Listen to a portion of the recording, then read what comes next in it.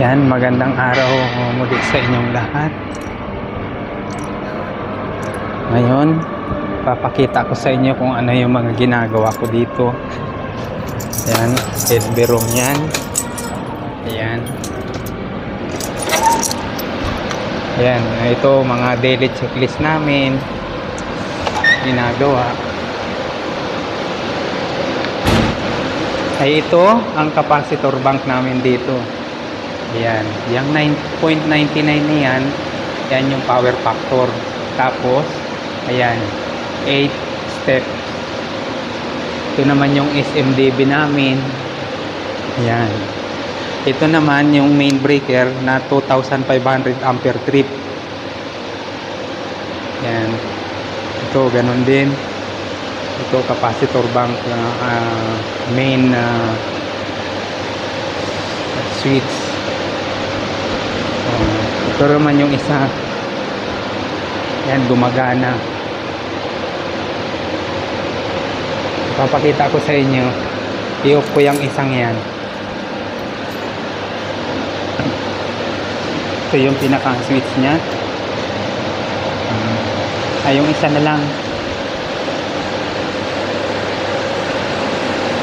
Ito, i-off ko muna para makita nyo. Ayan.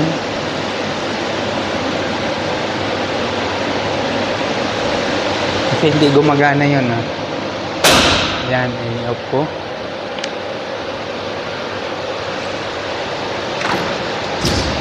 Ayan. Ito, mga fuse link ito. Bawat line yan, RYB. Yan, tigigisa. Ito naman, mga magnetic contactor. Sa likod niya, nandun yung capacitor. Isang lithium reactor, dalawang capacitor. Yan. Buksan ko na, isarado ko na. Yan. Buksan ko na ulit. Yan, narinig nyo, lakas ng lagapak. Ayun, may power na siya. Ito naman yung ano namin dito, CBS. Ayan, nakita nyo, CBS namin dito yan.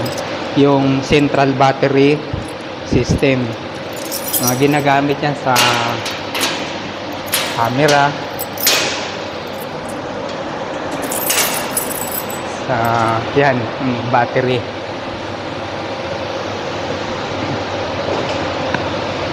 Yan. Yan, 13 amps ang ano nito. 13 volts. Sorry. 13 volts ang bawat isa.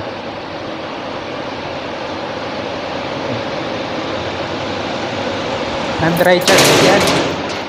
Yan, medyo maingay lang. Yan, sarado ko na ulit. Tapos ito namin ang checklist namin. Ayan, daily checklist. Ito yung mga reading ng consumption.